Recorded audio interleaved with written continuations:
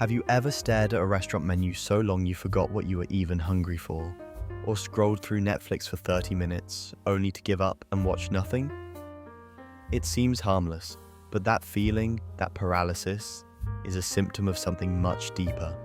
We live in the age of unlimited choice. 1,000 paths for our careers, our relationships, even our identities, and yet, we've never been more anxious, more uncertain, more lost. This is the paradox of choice, the strange psychological trap where the more freedom we gain, the less free we actually feel. For most of human history, freedom of choice was a luxury. Where you were born often decided your religion, your job, even who you married. So when modern society told us, you can be anything you want, it sounded like liberation. We believed that choice equaled happiness. Psychologist Barry Schwartz, who coined the term the paradox of choice, argued that this belief has backfired. In his research, he found that too many choices actually reduce our satisfaction. Why? Because when everything is possible, nothing feels right. Think about it. When you pick one option out of 100, you're not just choosing one thing, you're rejecting 99 others. And in that rejection lives a quiet whisper. What if I made the wrong choice? Every decision becomes a gamble with infinite alternatives. Should I be a doctor or a designer? Move to New York or stay close to home? Commit to this person or wait for someone better? We think freedom is about having open doors, but too many open doors make it impossible to walk through any of them. This is decision fatigue. Each choice drains a bit of mental energy, leaving us more uncertain, more exhausted, and paradoxically, more likely to make no choice at all. That's why you can stand in front of your closet every morning and feel overwhelmed even when it's full of clothes. Schwartz called this the difference between maximizers and satisficers. Maximizers are people who need to make the best possible choice. Satisficers just want something good enough. Guess who's happier? Not the maximizers. Even after making a good decision, they tend to feel regret, because somewhere in the back of their mind, a better option might still exist. In a world of infinite options, regret becomes our constant companion. Every path we don't take becomes a ghost version of our life, a haunting what could have been. This isn't just poetic, it's neurological. Neuroscientists have found that when we imagine better outcomes we didn't choose, the same brain regions activate as if we actually experience failure. In other words, the brain punishes us not for bad decisions, but for imagining better ones. So we get stuck in loops of comparison. We compare ourselves not only to others, but to all the possible versions of ourselves we never became. That's the dark side of freedom. Every choice implies infinite loss. Choice gives us the illusion that we're in control.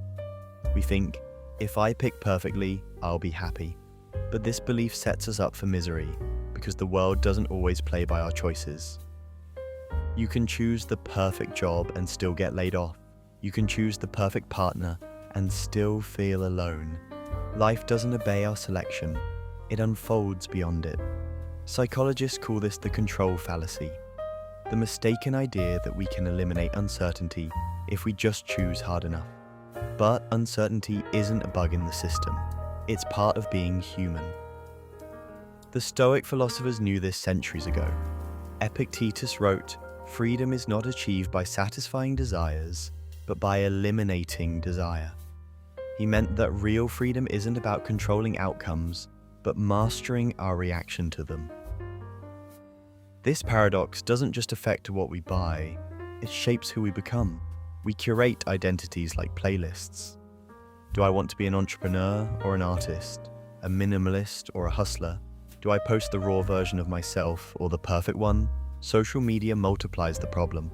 It's not just that we can choose who we are, it's that we can reinvent ourselves daily, and every reinvention carries the risk of never feeling authentic.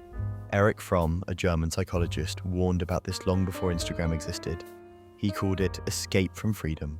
He said that when people are given too much freedom without meaning, they run back to conformity, to rules, routines, ideologies, anything that removes the burden of choice. We don't crave infinite freedom.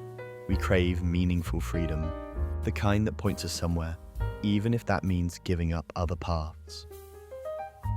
Let's take a simple example. Dating apps. Thousands of profiles, endless potential matches. We swipe, scroll, and shop for connection like it's a product. And yet studies show people in long-term relationships formed through apps often feel less satisfied, not because their partners are worse, but because alternatives are always visible. The more we can compare, the harder it is to commit. The same is true in careers. You can switch jobs, cities, even entire fields with a few clicks. That's incredible and terrifying, because when every road is possible, choosing one feels like amputating the rest of your potential. So what actually makes people happy with their choices? Not perfection, but acceptance. In one experiment, participants were given a simple task: choose a photograph to keep and another to give away. Half were told their choice was final. The other half could change their mind later. Weeks later, those who couldn't change their choice were more satisfied with it. The ones who could switch kept second-guessing themselves. Freedom to reverse a decision didn't make them happier. It made them restless. This is why commitment, ironically, creates peace. When you close one door fully, you free your mind to live in the room you've chosen. So, how do we escape the paradox of choice? By reframing what freedom means. Freedom isn't the absence of limits. It's the ability to choose your limits consciously. A painter finds freedom inside the frame of the canvas. A writer finds it within the rules of language, and a human being finds it through the commitments that give life structure, love, purpose, craft, faith, or service. We think constraints kill creativity, but they're what make creativity possible. A life without boundaries isn't freedom, it's chaos. So instead of asking, what else could I do? Try asking, what do I want to do deeply enough to give up everything else? That's real choice, that's real freedom. Contentment doesn't come from having every feeling, it comes from deciding what's enough. When we stop chasing perfect options, we start experiencing gratitude. When we stop scrolling endlessly for the next thrill, we rediscover the beauty of what's already here. The secret isn't fewer choices, it's deeper ones. To choose something and stay. To love one thing well instead of tasting everything once. To commit and let that commitment carve meaning into your life. Because maybe the point of freedom was never to do everything, but to have the space to give yourself completely to something. So the next time you're stuck between 1,000 options, pause. Take a breath. Remember that not choosing everything doesn't mean losing. It means living. We don't find freedom in infinite doors. We find it in the one we choose to walk through. Because the paradox of choice isn't that freedom traps us, it's that without direction, freedom devours itself.